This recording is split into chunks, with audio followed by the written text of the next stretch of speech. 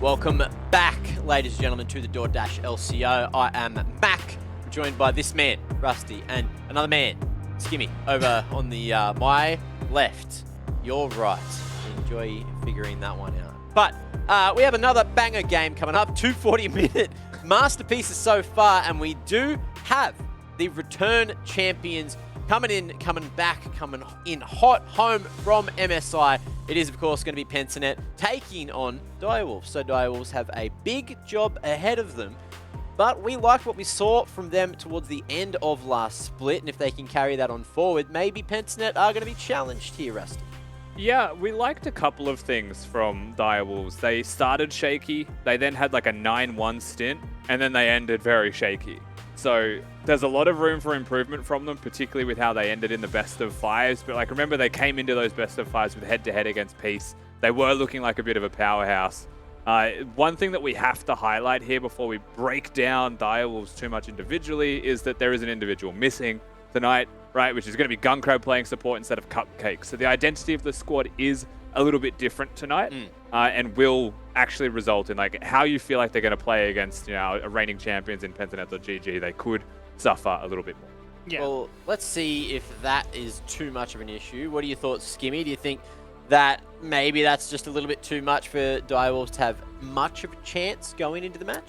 I mean, this is my prediction with Pensanet. I feel like you come back from a massive international event like that, and no doubt you should be at a higher level given the experience you've had and all the practice you've had and lessons learned and so on. I think for the Direwolves, it's the case of, well, look, you know, we wanted to try out Calrock last split. We didn't get to. Gunkrab's played support before in previous rosters, 2020, 2019. You mentioned, Rusty, when you were involved. So it's like, you know, this is not unfamiliar territory for him. So I still think it's not going to be a case of, oh, it's going to be a clean sweep. This is going to be a competitive game, no doubt. We've seen Claire definitely come into his own, got the, what was it, MVP, most improved. Of Split 1, right? Having switched from mid to top. So they're a team that I'd imagine are probably going to start slow again. Maybe take a little bit of time to find their groove. And I think my spotlight's more on Pensanet to see where they're at. Yeah, well, speaking of Pensanet, let's have a quick look at the Pensanet roster. You guys know them. You guys love them. And I'm wondering if we have a whole bunch of international viewers. It looks like chat's actually popping off at the moment, so I hope they are thoroughly enjoying this. And of course, you've got the same roster, but with a whole new look. A couple of change-ups in terms of the hair color for a few individuals here, Rusty. Yeah, Pabu's gone for a darker green than what you're seeing on him right now. And Chaz in mid lane, 100% got something done to his hair. I believe it's lighter, and I need to look at a photo to confirm that one. I'm pretty sure it changed, Mac. Thanks for that. No worries. You did a very good job. I think it looks like Chaz has got a haircut in that photo, which I believe is recent as well. We did have an issue with his haircut last split, if you remember. He was worried about a bad haircut in one of his first interviews. He actually refused that. I remember that. Yeah, so hopefully he's feeling better with this haircut, because I thought he looked absolutely beautiful there in the image. But Pensanet, as a roster, we've seen them all last split. We've seen them at MSI, so they've had a lot more reps against international teams, and I'm interested to see what they're able to bring back to Oceania. And Nat, it looks like you're down on the side lanes, and you're able to check in to see what they have maybe brought back to our shores. Yeah, I mean, hopefully these two won't shy away from showing off their hair and declining any interviews for it.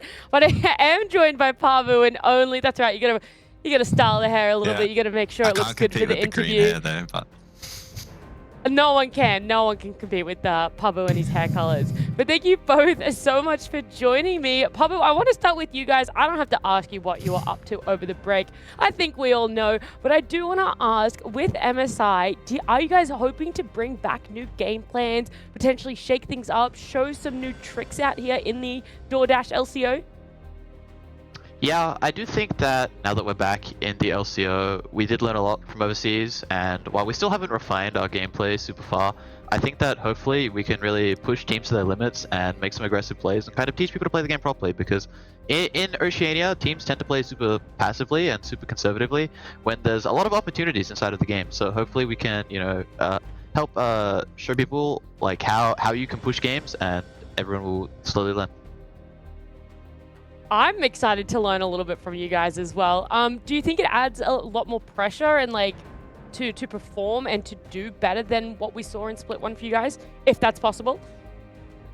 To an extent, yeah. I do think the experience that we got overseas should make us better, so it's expected that we will perform better, but coming to the start of the split, we're super fresh into practice, we've all been in quarantine, we've been playing like a lot of games at MSI, so I do think it's like a bit of a rough start for us, and it's going to take like a bit for us to ramp into it, but once we can fully integrate all of our new knowledge, I do think that we'll be pretty hard to beat for sure. I look forward to it. Only with you guys, what were you guys up to over in the break? What were your focuses on for the team? Well, focuses were just coming together as a team. We're still trying to learn, I guess. We've had a lot of differences in how we want to play the game, and I guess off season was just about accepting that we did have a pretty rough split 1. Fourth isn't like where we want to be, and it was just about like coming together, like trying to get everyone on the same page, and just playing champions that like we're all happy playing. So what is going to be the, I guess, main goal for the first round for the team? Is there anything specific that you want? You like, that's it, we want our bottom lane to absolutely pop off, or what is it for you guys? Oh, I mean, look, I would love for some solo kills in the mid lane. I want to jungle gap Pavu today. I want to see all my teammates do really well. But I guess, especially with PGG just coming back from Worlds and like their performance, I'm just here to soak up all the information and just learn as best I can today. Hey, I'm expecting some really creative overseas, Korean Chinese jungle pathing out of Pavu today. So I'm a sponge. I just want to soak it all up, see if the gameplay is different to how we play here, and just do my best to learn. Don't worry, Jordan. I got plenty of I feedback guess it's for gonna. you. I cannot wait to see it showed on the Rift, but I guess that's a win-win for you either way. Only the last question I do want to ask, though, before I let you both go, is how is the team feeling having Gunkrab in the support position for this game? I think he's actually a sick support. I think he's kind of a smurf. Like, he's learned, we've been using him in scrims for quite a while now, and he's learned a lot faster than I thought he would. He plays the map really well, and I just hope he shows like his gameplay on stage. I think he's genuinely like a good support player, so he might give Decoy a run for his money today. Look, that might be the secret weapon that you guys need to take down Pentanet. But thank you both so much for joining me, and good luck. Thank you. Thank you. Good luck, Jackie. Oh, that's so cute. That's so good. He like That's so scolded him lovely. like a naughty pupil. He's just like, nah, mate, I'll give you some feedback, eh? He's taking down notes. He's like, got to teach only this one and this one. That was perfect. That was a great interview. Good job, Nat, for making that one happen. Now, let's bring it back to the predictions for now. So, I'm going to be surprised if there is anyone that didn't go for Pentanet, so we'll just skim through them. So far, Rusty winning with 2-0. So, not too bad, and he's gone for Pentanet here as well, so I doubt that any of the placements are going to change. I was going to do Direwolves, Mac. I was. Yeah? And then with the rosters, I was a little bit too concerned with how it would go. But my logic for it is that Pentanet have been quarantining for 2 weeks while everyone else is practicing, and it was so close to the split start that they might be shaky. Now I just don't have as much faith. Ah, well, there you go. Well, it's good to have the faith in Pentanet, of course, doing so much for the Oceanic region overseas. And I don't know. Anyone else want to say too much about this one? Because, yeah, we've seen Direwolves. We know what they can bring to the table, but what we saw overseas from Pentanet was just something that is really hard to say isn't one of the best performances this region's ever had. I'll jump in quickly. I am actually really excited to see bottom lane. I want to see this Direwolves bottom lane bring it to Pentanet's bottom lane. I want it to be like something that they're just not expecting, and maybe, something that they might not know how to deal with. I don't know what's going to come out, but that's where I'm going to be focusing on for sure in this game. Well, I hope that happens and we get maybe another 40-minute thriller. Maybe we'll go sub 40-minute this time. I guess we are about to find out. Ladies and gentlemen, it's time for Champ Select. Pensnet and Direwolves coming at you right now. Well, Rusty, this is the moment we've been waiting for a very long time, especially international viewers. If you became a fan of the region after you saw Pensnet do so well overseas, well, you'll get to see what they do on home soil, where things get a little bit weird, wacky, and wild along the way, with long games, explosive action, with people running it down and hitting skill shots and saying it's solo queue. If you hit a skill shot, you have to connect with it. We're expecting a banger, nonetheless, and we're expecting to see that, Pensnet, sure, they had the quarantine, but what are the lessons that they brought back with them? The lessons is maybe their sub-Diana should be playing if they're going to first pick a Lulu, because then they can play Lulu Kog'Maw bot lane together. I mean, that's an interesting start to this one. I was going to say, as much as I would love to see something wacky and crazy from Gunkrab and Calrock, and that would be interesting, I was expecting an Ezreal Karma bot lane from them. Just knowing, what Gunkrab is like as a support player. Those enchanters are the easiest things to pick up. But we'll see where they choose to go, because, hey, a support that is an AD carry is center. Why not? Yeah, you're basically playing AD carry despite being put in the off role in this case, so happy days for them. Gonna go for the Rumble Center as you say. We'll get to see what the response is here from Pensnet. Already throwing us a bit of a curveball with the first pick, Lulu. So it's just going to be as clear cut as that. Cog Lulu, let's get it right under wraps straight away and say, we've got damage, we've got threats, we've got pressure. It's not going to be a full Juggernaut comp. We're not going to have a Juggernaut Kog'Maw with 7 shield champions while he 1v9s. Lulu Kog'Maw is strong enough to exist as a standalone 2v2. And this is also one of those situations where if you go for the Tahm Kench, you're giving a free lane to a Lulu Kog'Maw. If you go for the farming Tahm Kench, you're losing. So you need to be really careful with what you're going to be playing bottom lane now, knowing your 2v2 matchup, even though it was 1-2 immediately locked in by Pensnet. Perhaps, again, preparation, planning, knowing the limited champion pool of someone in their off role, easy to exploit through the first 3 picks.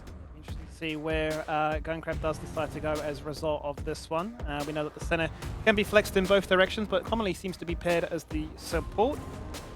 Chet staying pretty much on brand, really, from what he displayed in the playoffs here for Split 1. He played the Assassins, he played the Akali, found some fantastic success on that, went to MSI, bust out Kiana, Zed, and so on, and showcases that, look, we don't want to stick to these control mage metas. We want to pop off and be the individual threat that people hate to have to deal with, and the Nocturne could be a bit of a way of trying to keep that in check.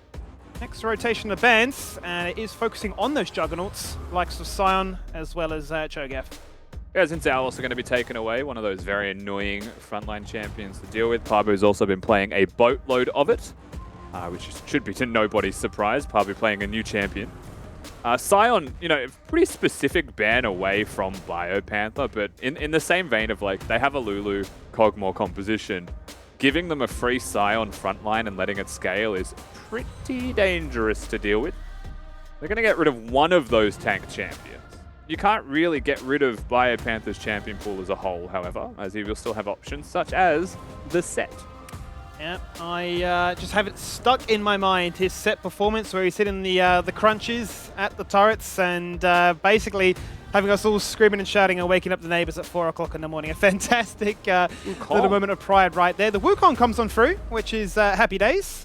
Plenty of engage now in terms of looking to try and find a key target like a Kog'Maw and make sure that he can't hit the A-click Micro Madness.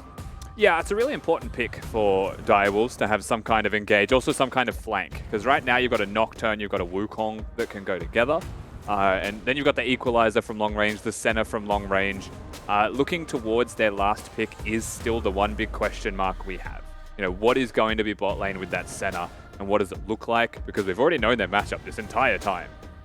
And now we see on the other side, the last 2 remaining champions. This could be a Pabu pick. We have seen it here and there. It could be a Biopanther pick, I would say. Just from the changes to Chem Tank, it's usually more likely that I would see a Volibear go to top lane. But with the set lock-in, that's hard to say that would happen. Yeah, it seems to be a pretty foregone conclusion. We'll wait to see what the complete lock-in is. But those are some pretty beefy frontliners. So one, protect, peel, as well as offer assurance that they can find a target, lock them in place to allow the likes of an Akali and Kog'Maw to unleash the power. The final pick here will be the Rise. That's going to be an interesting one here to try and throw us a bit of a curveball as to what is this bot lane, and it might just be the fasting Wukong. It has to be, right? Like, it has to be center fasting with the Wukong in bot lane. Yeah. Looking at these, okay, Nat got her wish. Not the most common bottom lane 2v2. You're looking at it, what currently, and should probably change, is an Ignite Teleport Wukong AD. Kalrok's going to be playing the center from the looks of it, though. Ryze was the last pick in mid lane for Direwolf, so giving some extra mobility and a way to actually just like throw in your tanks if you wanted to engage or to disengage and move quickly between lanes. Ryze Ultimate is obviously a powerful tool. Pensinet.gg standard, right? Basic team fighting, front to back. You've got set flanks. You've got the potential of Akali flanks as well. Double teleports. It all makes sense. Direwolves, a little bit more to show, right? A little bit more that needs to be on display with this center Wukong dark technology that we're seeing in the bottom lane. Yeah. Particularly with those summoner spells. Certainly wanted to see what the summoners are once confirmed and locked in. But yeah, gives us an idea to say that, well, you know, Kog'Maw and Lulu obviously want to scale on through to this one. If they can get some early aggression with those, you know, passive melee scaling, right, with the Wukong can get on top of him and look to try and keep him in place, the likes of a Ryze that we know can be so devastating in the split push pressure. It almost seems to me that Direwolves have given themselves plenty of outs, right? We can hard engage and force fights. We can get behind you. We can look to try and play the split push. We're not sort of restricted in saying, well, we have to deal with this Kog'Maw or we lose. Yeah, in a sense, they don't have to play around just killing the Kog'Maw, sure. But you could always bring up the question of, like, what do they do to actually win a game? Can they split push and threaten Biopanther on set? It's pretty difficult. They can't split push and threaten Chaz on Akali because he has the Shroud to just get himself out safely, right? So you can't just, like, have, similar to the last game with the Chiefs, right? You can't just have a Karthus ultimate win a 1v1. It only has to be in proximity.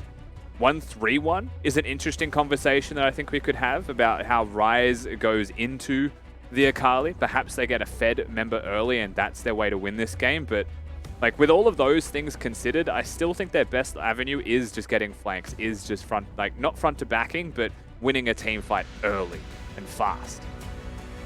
Gotta make sure that these fights work in their favor. Game number 3 of the night here in the DoorDash LCO. It's Pentanet.gg back on home soil from MSI taking on the Direwolves. And we've got a bit of a treat here as all of Split 1, we never really got to hear from the coach of Pentanet, but today we are blessed by the presence here of Charlie from Pentanet. Mate, how are you? I'm good, Skimmy. I'm happy to finally be here and be able to talk to you.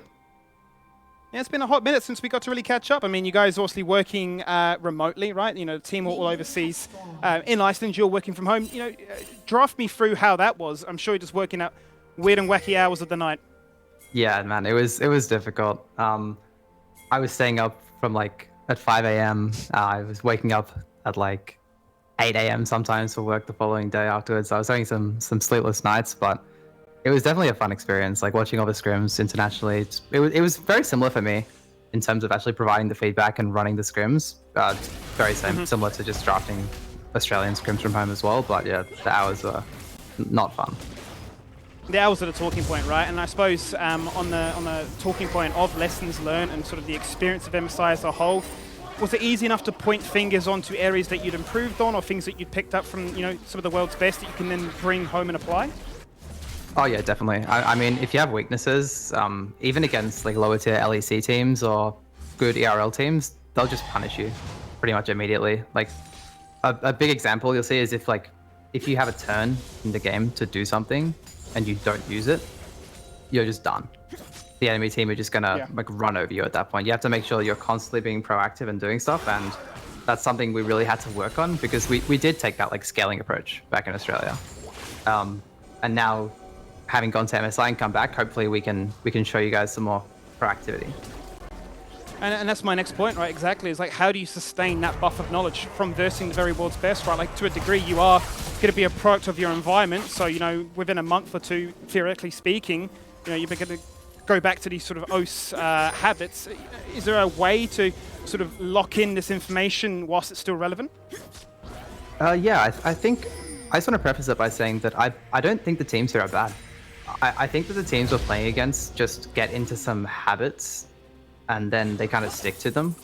And they're kind of Like there becomes like an OS meta, like a scrim meta, where certain champions are strong, certain playstyles are strong. But if you start playing things that you think are good and punishing people in the first 5 minutes of the game, punishing people in the first 10, then they'll have to adapt. And if we bring that back to the country, to the server, and like start playing that style, like the players are more than capable of fighting back. So hopefully, if we just push ourselves, then other people will have to like keep up, basically. Well, that's what we'll be looking forward to seeing, you know, the region as a whole level up.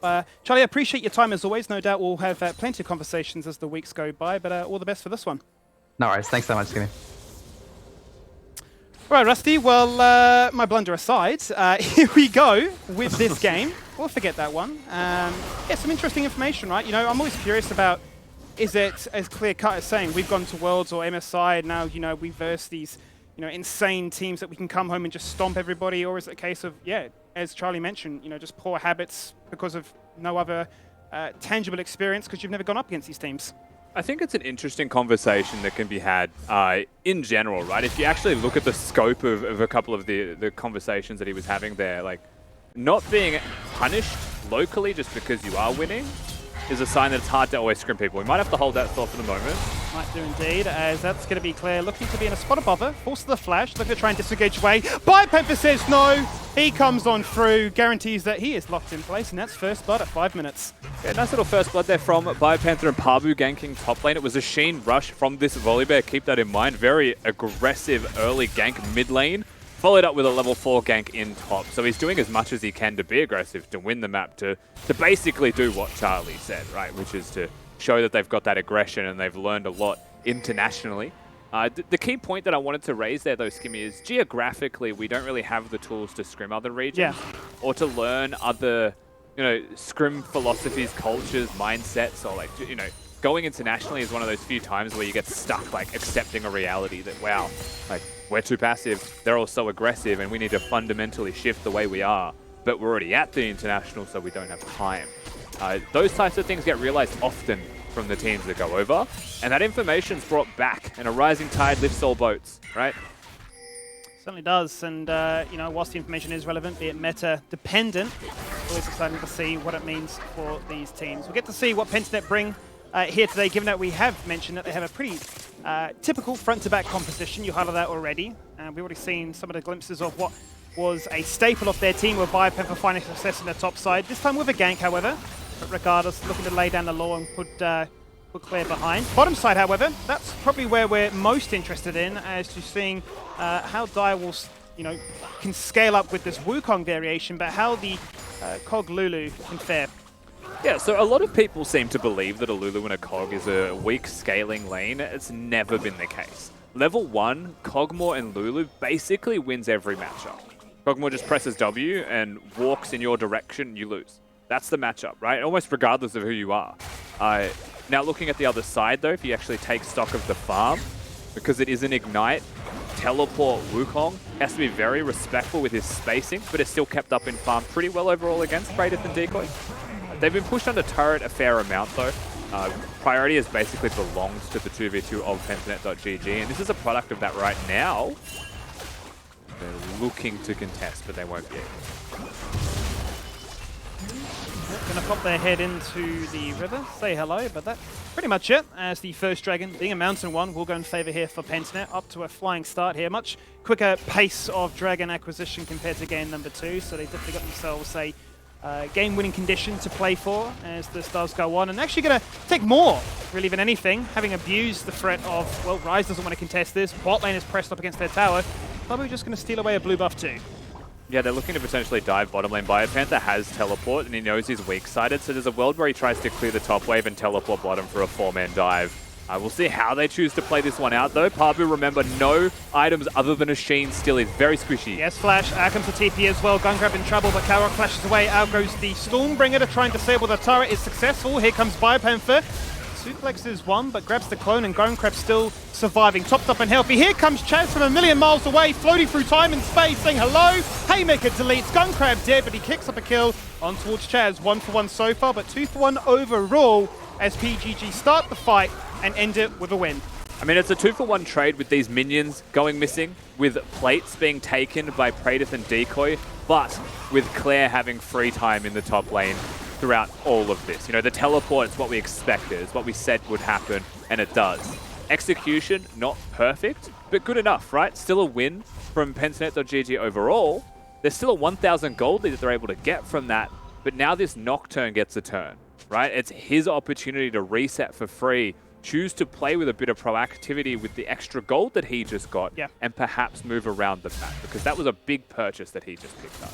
Yes, it's a trade-off of utilizing TP advantages for kills versus CS acquisition top side. Let's run it back once again. Starts with Pabu jumping in. Yeah, Pabu's just going to flash in, do some good damage, and of course the ultimate does reset the turret aggro, which is why rushing a Sheen doesn't hurt too much. Biopanther's ult does connect onto the correct target, and Gunkrab being level 5, not 6, is a pretty significant deal here as to why it goes so heavily the way of PGG. Only lays down the red carpet, not going to be able to get too much done from that overall. Nice play from PGG. So that was a nice play, and a little insight into where they're at right now. As you say, a 1k lead before the 10-minute mark. Happy days for them. Still very excited to see really what the Senna and Wukong can do. It was a fair bit of juggling on their end to juke and jive all the threats coming their way, and they did survive the Telltale for a fair bit of time. As you already mentioned, it is going to be Claire that picks up the lion's share of the bounty elsewhere on the map. And that does mean, and that will translate into, them picking up the Herald in response. Yeah, looking at the contest here, though, from Pensanet, it is possible Chaz has postured to the area. You can see Biopanther looking to collapse, but just too many people, right? If they saw Kalrock, they would know that it would just be a mistake. Lulu lagging behind in terms of roaming. Obviously wants to stay in proximity to Kog'Maw if at all possible. And I would imagine that leaving a Kog'Maw alone against a Wukong is something that you would probably consider a mistake at all times. Particularly in Ignite Wukong at that. So he's just going to stay towards the bot side. Nice little movement macro-wise there from Direwolves against the grain. From what happened bot side, they make use of their strengths and get something top side. But knows. You can see Claire does not want this to hit him, but still does. It certainly doesn't. Both have flash. Out comes the equalizer. The spell shield burnt very early on. Now going to look to try and turn things around with a shield. Actually, a double knock-up as two members come running at him. It's going to be Biopanther that falls on down. Claire now spacing and taunting. It's them with the Q from afar. Baits at the TP from Shock. But that must feel good for the side of Direwolves. Yeah, I mean, once again, we've got some trades in bottom, but overall top, huge win. Shock obviously is going to get there first as well, knowing that his team's winning that one, having the Nocturne ultimate being on his side. So easy as you'd like here from Direwolf. They'll translate the advantage they get in top into a first turret and money into the pockets of multiple members. Hang on a minute. Gunkrab looking for a potential all-in right here. Has R2, but is forced to disengage away as the TP comes from through as well as the Wild grows, meaning that Predator can 1v3 against the world. I say 1v3 because he's running away from his own team as well. Out comes the TP. Two TPs burnt now from the side of Chaz, as well as Shock at the death after the fight already concluded. Yeah, so that was Direwolves making a play top, right? It was also Direwolves trying to win a 2v2 bottom. They knew because they won the fight up there, it wasn't just trading cross-map, there was an opportunity to try and make a play. At the end of the day, it does still result in a teleport used by Chaz to disengage the area. And it is still a very strong Kog'Maw to contend with. And a Kog'Maw that learned his lesson from playing against it when RNG took this pick against him and just smacked him down with a Wit's End rush. So Praetus has learned his lesson from internationals. We can take that one into account here, and it'll be a lot harder to kill from specifically Only and Shock. Continues to loom though, and now we're looking at towards mid lane as out comes the Fleeting Shadow. Hello, goodbye, delete, gone, decoy dead, and Praetor forced to burn his flash as well. So another proactive play from Direwolves that nets himself a big win. Absolutely, this is going to be the second dragon of the game now. First for Direwolves, however, going their way. This slows down any kind of dragon that Soul takes. Another free objective, another kill onto Decoy. Danny having a bit of a rough one, and a lot of summoner spells now missing from the bottom side of the map for Pensanet.gg means that that can continue. That onslaught can continue once again. Claire picks up Stridebreaker, has teleport and ultimate about to be up.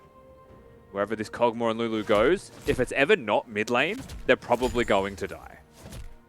He has been burning it for the most part, pretty much off cooldown too. Bit of focus has gone his way, and Only has shadowed him in a lot of this regards to prevent Pabu making it an easy picking. And we talk about the sort of the trade-off that these two have made, where one goes down to find kills and assists, the other looks to try and find farm. And whilst Claire was only moments before in a CS lead. He's lagged a little bit behind as a result of participating in kills and being crashed in here by Bio, but as you say, with the Stride Breaker acquisition, makes life just that much sweeter as a Nocturne for sticky power. Yeah, there's also a bit of farm, things taken by Shock on this Rise that does add up in this 1v1 in lane. He's also never really had a moment in the top 1v1 where he's felt stronger. The Biopanther still controlling, still commanding it. It was the 2v2 that went awry with a good equalizer, and once again Pabu walks up here to protect Bio. Junglers will see each other. Gives free reign to this bot lane, but no teleports down there, so it's a very awkward map state overall, where patience can be a virtue. The patience is beginning as the side laning has started. Chaz up to the bottom hand side of the map, looking to try and keep in check this Rise, who has a blue buff, so has a fantastic window of opportunity just to accelerate his power spike. 324 stacks on that tier, so nearly fully optimized to go towards the Dark Angels and be an absolute menace in the 1v1, even the 1v2 quite honestly, but we're still yet to truly see the power and potential of this Wukong, a fully all-in Wukong at just that. In saying that, the genius and the madness that comes from the Wukong pick is it completely shifted the dynamics of the 2v2 and continuation of that, right, if there's a 1-3-1 setup. It's that Wukong has threat. Tahm Kench has no threat. Kog'Maw just kills him. Completely different ball game in that sense, as Pabu with a lot of shields is going to shrug off that attempt.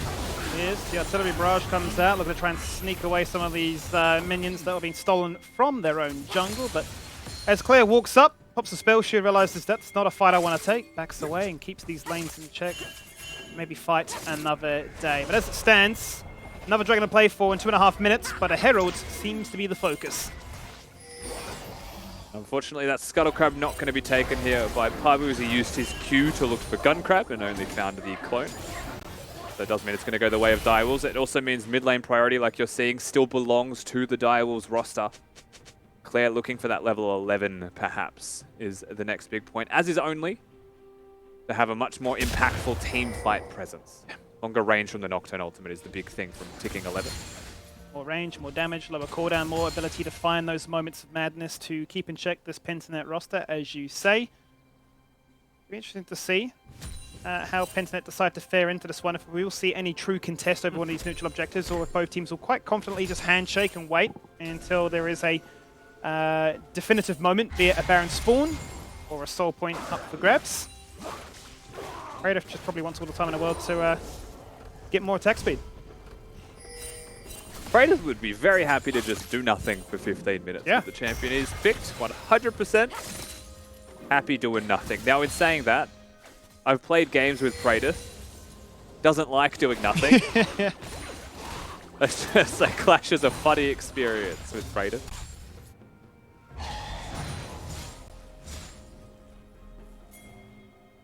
Let's get flashbacks to him playing as Kaiser as well as Samira, and those are definitely champions that will do stuff, that will not need to wait for those multiple item power spikes.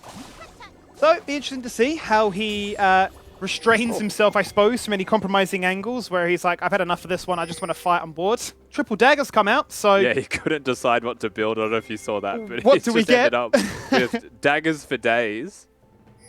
He just wants to attack fast, man. All the instant early game power, farm some more golds, and wait for these objective dances to commence. As it stands right now, waves are being pushed, pressured, and vision is being laid down, with the majority of it from both sides actually being towards the top end of the map. Little to no vision towards this next dragon. Yeah, looking at if this will be contested at all, you can see the top laners are both walking their way here. The significance of that being that teleporting is late and they want to be here for actual vision setup. Chaz trying to staunch Shock off, for example, from this area, instead of sitting in a side lane and looking to teleport in when the fight happens. So we're going to have a 5v5 setup. We're going to do the tango in the river just to try and actually get vision control.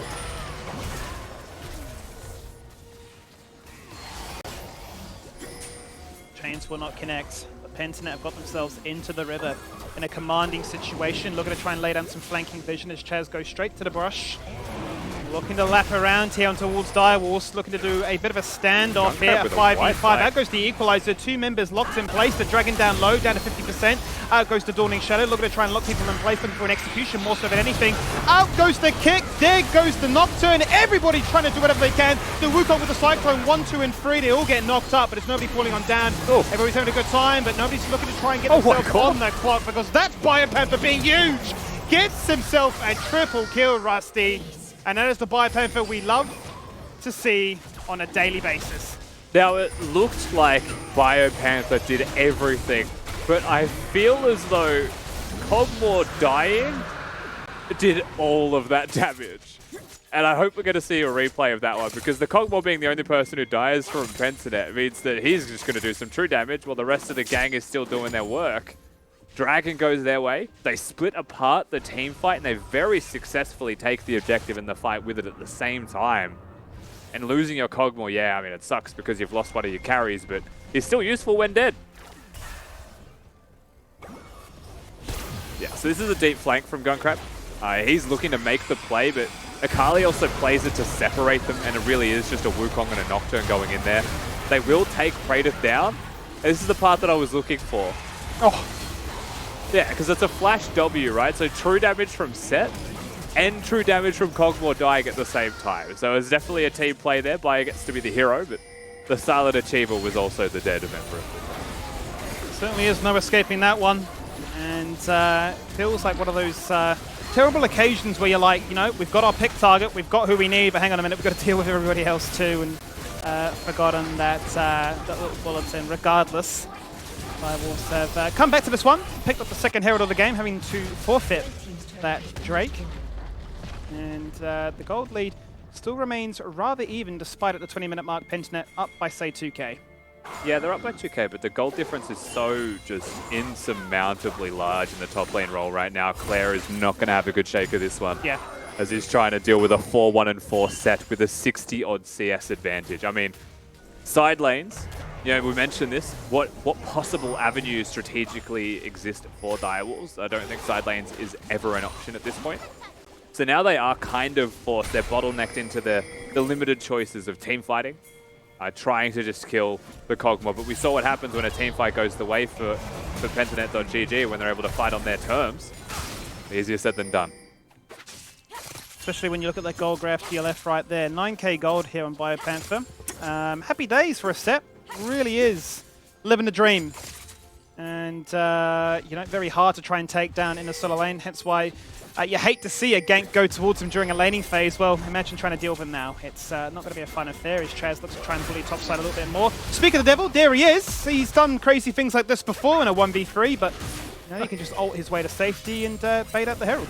Yeah, well, he did alter Wukong clone. It also means the Wukong clone can't use the ultimate to knock him up as successfully as the real one, because there'd be no follow-up. So Biopanther just gets to walk it out. Turret amazingly still alive. It's holding on. Disengage that one. This is still this is a point in the game where I feel surprised that it's only 2,000 gold difference. Yeah. So it feels like it should be a fair bit further in favour here for Pensinet, given those massive leads that you're finding in individuals. But credit to Direwolves. They've kept up in the farm. They've kept up in the areas that need to stay ahead. They've still shown us a great deal of threat that this Wukong can present. Triple TPs to play around with as well. We already mentioned that they have, you know, multiple avenues, and you know, countered me by saying, well, how do they win the game though, right? But it doesn't mean they have a lot of macro pressure. If they say, look, you know, the item levels and all the rest are just too far gone, we've just got to try and actively avoid and be cheeky. Yeah. Bio, no flash, no ultimate does actually still present a chance. They've brought 3 people up here. That's how much they want to actually pick apart somewhere on this map. You've got a Lulu now. Shirelli is completed. We mentioned the Wit's End for Praetor. He's going to be actually quite tanky for the ganking members of Direwolves. Here we go. Here they come. A blast cone to get themselves into the fight. Out goes the Everfrost, does not connect. The suplex on to members. Out goes the Dawning Shadow. Damage and mitigation. And overall, a 4-man gank continues to find success. However, Pensinet say, that's cool, that's cute. We'll just take 2 turrets and mid for free. Yeah, they're just going to push in. Second turret probably not going to go down. They're going to get some damage onto it. First, mid out at the very least does fall, which is crucial. So they get themselves a bit of extra map priority, map control. Chaz also going to be gifted this blue buff, which is a very big deal, actually, for an Akali. Much more Qs can come out now in rapid succession, especially with the build that he's gone for with Riftmaker. Yep. Wants to be able to hit as consistently as possible. At the end of the day, though, it was a shutdown. It was a kill onto Biopanther. They did get the ultimate out of him. I think he used W on the minion wave, which is why he was so easy to kill. That was the go moment. And here's the Divinity duo between the Senna and the Wukong. Looking just to lock you in place, sustain, and cause all kinds of headaches. As Chaz just TPs in, says enough is enough, 6 stacks on a Dark Seal. I want 10, I want a book, and I want chapters on it. I want to make sure that I find everything and demoralize you beyond belief. He's not going to find it. He is going to find himself getting dropped down to 20%, and at a crucial moment here, as that 4th dragon of the game has now just spawned. Yeah, while he does have sustain and the ability to heal up by dealing damage to enemy champions, it is unlikely that he'll be able to do so successfully against the composition the Direwolves have. Equalizer being down, though, Senna ultimate, Wukong ultimate also missing. You're looking at Claire to turn the lights off for this fight to happen. He's got flash too, so he's got a lot of stickiness potential. That's going to be the dragon picked up here by Pentnet. Gunkrab in trouble, going to be the first to fall on down. What can they find as a result afterwards? Because they've dived in, but they've not been able to find that crucial pick that they need. Multiple members bleeding. And as they jump in towards the mist, they just turn it around again. Biopepper says hello.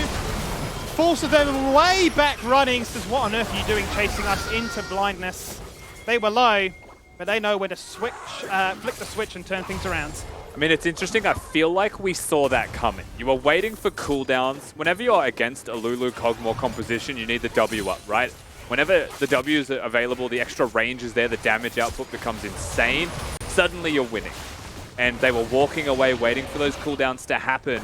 And just like that, on a dime they turn. Set comes in, hits the flash base breaker. This is one of those situations where the fight realistically was for the Dragon, it felt like. They get inside the Senna Shroud and think maybe we can chase them. But they've already gone way too close needlessly into the vision of Pentanet.gg. There's 2 control wards and a regular ward there. They have all the tools to win that fight, and you've basically given it to them on a silver platter. And that might be the difference maker we were hoping to see before, right, Rusty, where we're talking about why is the gold lead maybe not as big and inflated as it should be, really, given the current state of the game for Pentanet. Well, that will do a little bit of justice to help that. Up by 5k now. Killed. So happy days for them to try and discuss why these fights have been in their favor. Praedyth has decided that dying is for losers. Okay. It's just got Randuin's Omen third. Fair enough. You can't crit him. You can't deal damage to him anymore. He's got a Lulu for shields, he's got armor, he's got magic resistance, and he's probably still going to out DPS you. I love Kog'Maw. What a cool champion. Does he have the bee skin on, though? That's the most important question.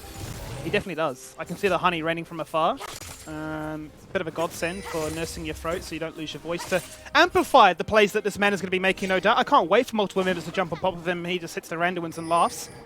I don't know about that Chroma, but definitely the best skin in League of Legends right there. You can't contest it. Don't contest it. Nobody at me. You're all wrong. Well, doesn't look like Direwolves can contest this, as top lane turret is going to fall on down. The 4th of the game, so now 2 open lanes to look to play towards to try and open up that inhibitor. That win condition, teams strive to get nice and early to keep the opposition locked in base without a chance to find a comeback. There's another turret, 5 now to their name, and you start to wonder, what do Direwolves do to try and turn this one around? I'm not sure how many stacks we have in the center either, so... Oh, true. We need to really wonder how much value has this bot lane found. We need a stack check. Also just watching the absolute class of Pentanet.gg. They go from top to mid, and their wave is already prepared and set up in bottom to get the next inner. So that gold difference that comes from this Baron is almost insurmountable, just like that. Just from good setup, good execution, and great League of Legends in general. 90 stacks, thank you, Observer. So, well on its way to becoming a bit of a powerhouse, but it needs a whole bunch more to try and go toe-to-toe with what Pentanet have got right now. Parbu going to charge on through, force only to go golden. He wants to look to use that equalizer. He doesn't have a flash, but he'll use that ultimate before he falls on down. Chaz, he seems to be in a world of trouble, but a Shroud will give him a ton of survivability. And now here comes Gunkrab. Hits 1 charge off the Cyclone, a second to try and disengage away from, but they say enough is enough. Parbu goes in with the flash, the stun, the Stormbringer, and the zonal threat that this bear does possess. Brandon will fall on down, but the rest of the Direwolves will scurry away back to their fountain to try and sustain through all that true damage. But it might not be enough here, Rusty. The first Nexus turret is dead. Their second soon to follow. A last-ditch effort here from Direwolves as Claire charges on through, but it's taken out by his lane duo in BioPanther. And as the members of Direwolves fall on down, with Kalrock up against the world, his first game here in the LCO. A welcome invitation that you've graduated from the Dire Cubs, but the LCO is a step above. He's got kills, he'll fall on down, but TP's coming on in, just mean it's a 1v1 to take down an exposed Nexus. I mean, cue the circus music. Chaz teleports in, says my turn for a 1v1 duel. He's just going to disengage, so there is not going to be an end just yet. The laughter you could also see even in the faces of Predator.gg. We call Praetor the tank, Skibby.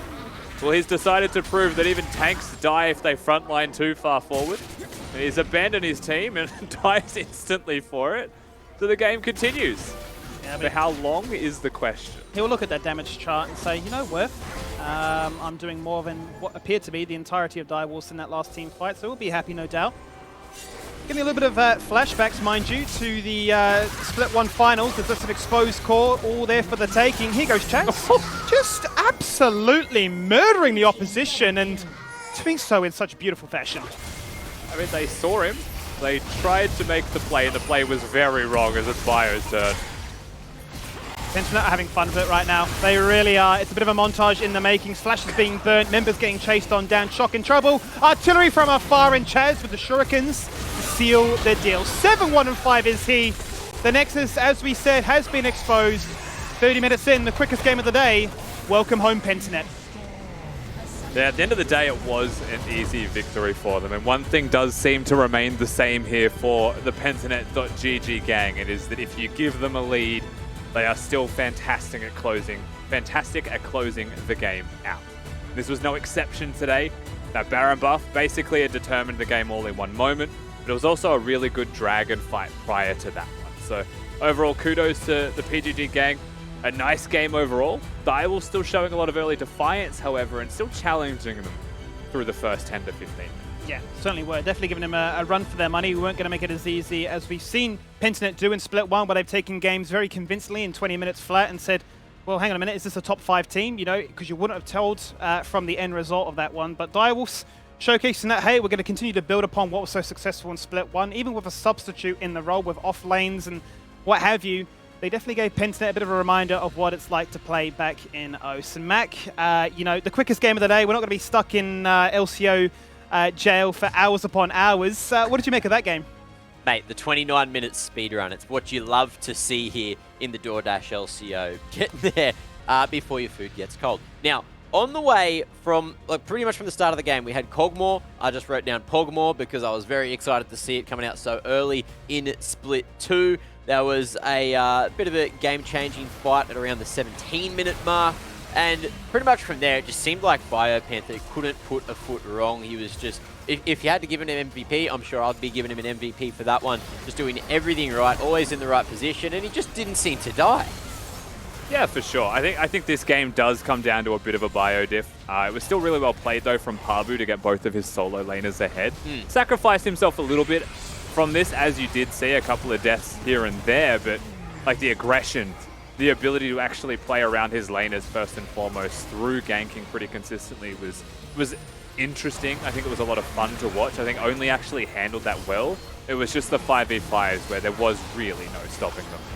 Yeah, I mean, this moment in particular, right, that we got on your screen is where you were saying, look, between the true damage of two different champions, how do you really try and mount an assault, come back from there? And it was close until it wasn't, right? You know, we're looking at 2k goal differences, this one in particular as well, when you're running in 4v5. You're just expecting them to turn around. They had no vision. Quite honestly, there was no business being there, but regardless, it was a competitive game, and I think that's all we can ask for to start off your split if you're Direwolves.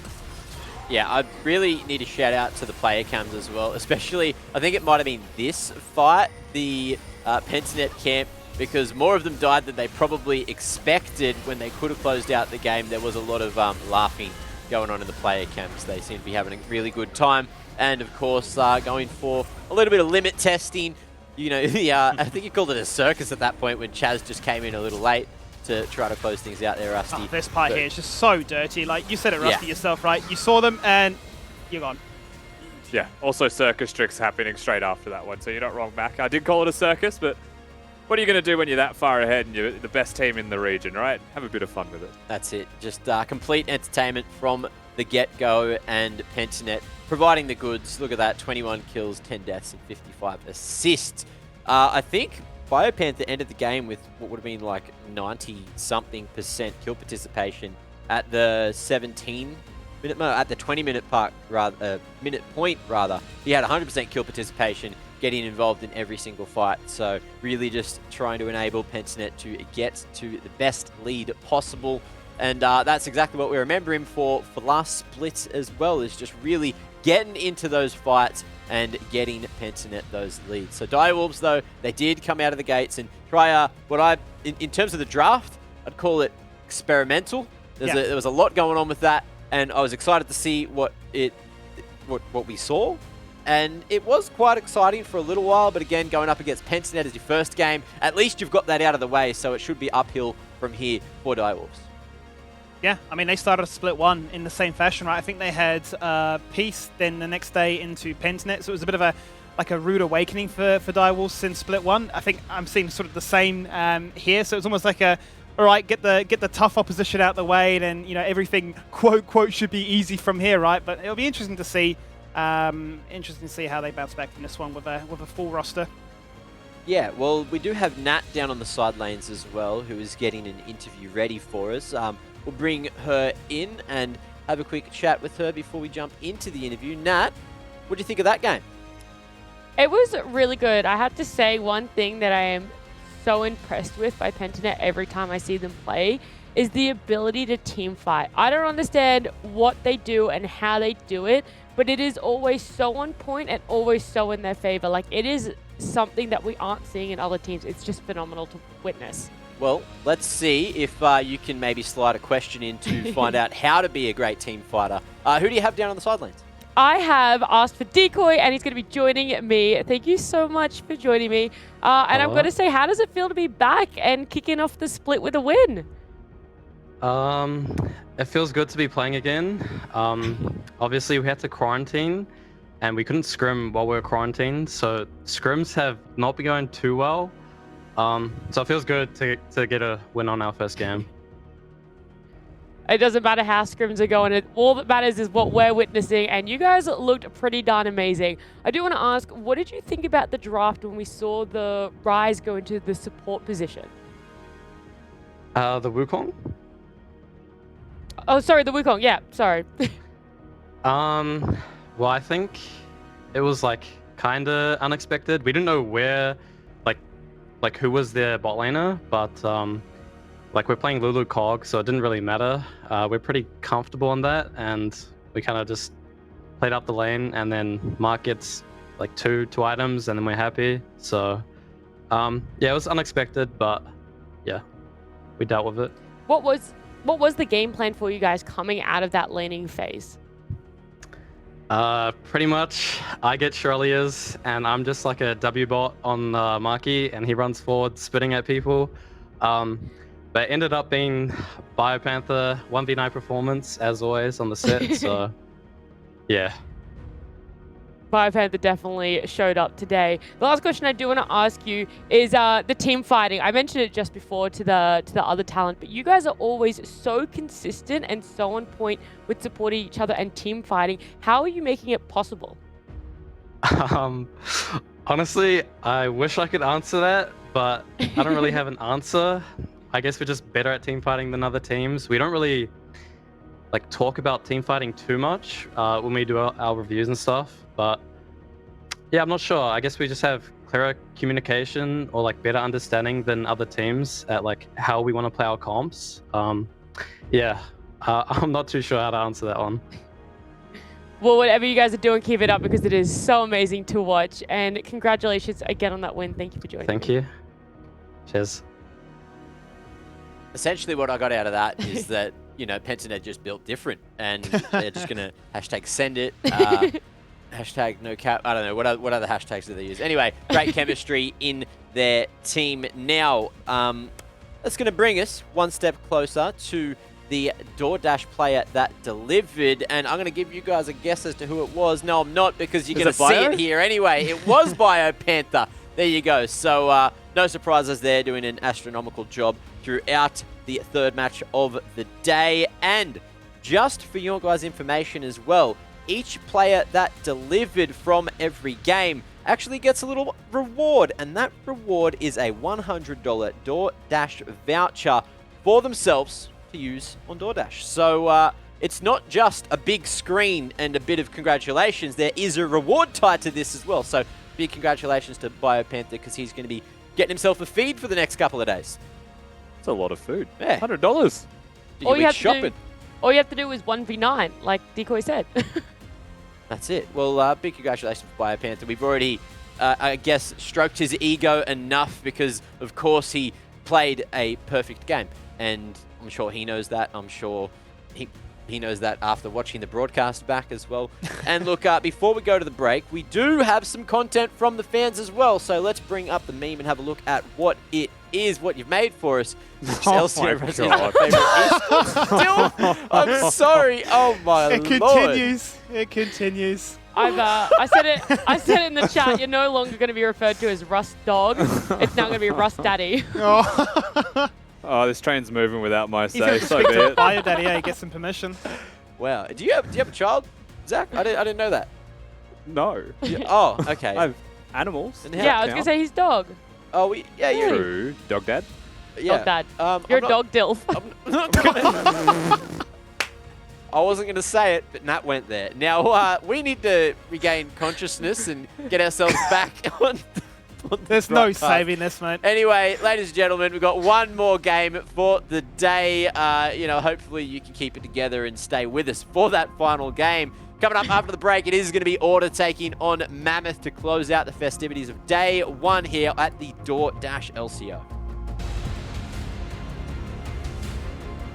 Out goes the kick, there goes the Nocturne. Everybody trying to do whatever they can. The Wukong with the Cyclone, 1, 2, and 3. They all get knocked up, but it's nobody falling on down. Everybody's having a good time, but nobody's looking to try and get themselves on the clock, because that's BioPanther being huge. Gets himself a triple kill, Rusty. And that is the BioPanther we love to see on a daily basis. Direwolves in that last team fight, so we'll be happy, no doubt.